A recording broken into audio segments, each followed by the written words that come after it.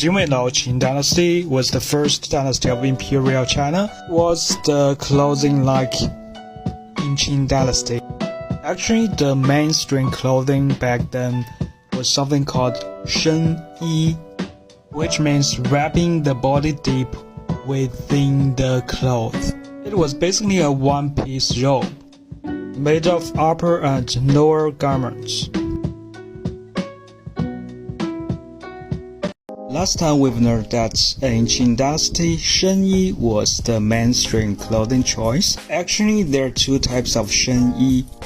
In later Han period of ancient China, there was a type of shen yi called zhi ju shen yi, was preferred by most people, mostly men. Can you actually tell the difference between these two types of shen yi? How do you describe something which is very thin in English? In Chinese, we say 薄如蝉翼 薄如蝉翼 as thin as cicadas' wings. Can you imagine that in China's Han Dynasty, there was a dress just like that? You can see it yourself in China's Changsha city. In Chinese, we have a word to describe rich kids who only mess around and make trouble all the time. 纨绔子弟. Why is that? Because 纨绔means pants made of delicate silk. 子弟 means younger generation. You got it? This was painted by Gu Kaizhi, a very famous painter who lived in Dongjing period of ancient China. Can you tell from the picture what was the dressing fashion at that time? We can say 包衣裹带. People prefer to wear loose gowns with wide girdles and wide cuffs. Follow me to learn more hanfu knowledge. This is a costume of Northern and Southern dynasty of ancient China. Do you find something different? Yes, it's all about the pants, influenced by the dressing style of the Northern nomadic tribes. People back then began to wear pants, which was called 护者, and it won't be just an army outfit anymore. What do you think of this hanfu? Don't you think they're very elegant and fairy-like? Probably because the decorative strips attached on the dress, which was called qian shao. Qian was the rectangle adornments hung in front, and shao was the ribbons. Style was quite popular in Weijing and North and Eastern dynasties. This is a mural painting from the World Heritage Dunhuang Caves. From the painting, we can actually tell the dressing fashion of Sui dynasty. Take a look at this dress of these two noble women. Don't you think it's a bit like dust coat in today's world? Yes, we can actually call it 小袖披风, which means small sleeve cape. Tang Dynasty is believed to be the most thriving and colorful period of ancient China. From this famous painting, we can tell the dressing style of that period.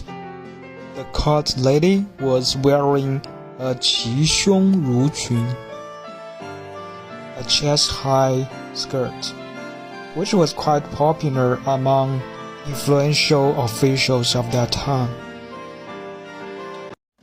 Song Dynasty is divided into two periods, Northern and Southern Song.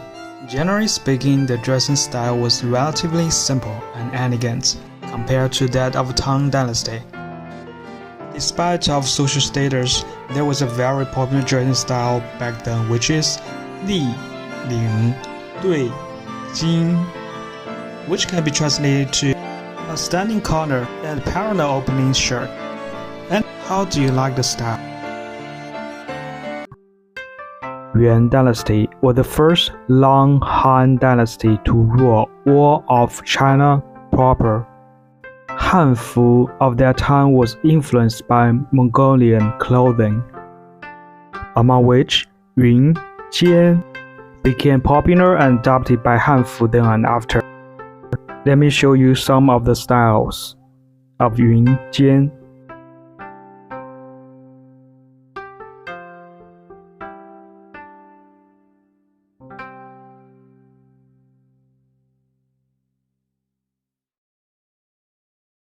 What do you wear in winter? A down jacket? A trench coat? Let's take a look at what people in Ming Dynasty wore. As you can see above, it is a dress called 袄裙. 袄 is a cotton pellet coat with a very tight cuff. And 裙 is a fat, loose, plain color skirt. Comes in different styles. Follow me to learn more hanfu knowledge. Qing dynasty was China's last dynasty, and it was under rule of Manchu people. In many occasions, hanfu was not allowed, but you can still find them in many paintings, just like this one. The girls were wearing a dress called 长衣. In reality, the Manchu clothing was also influenced by this style.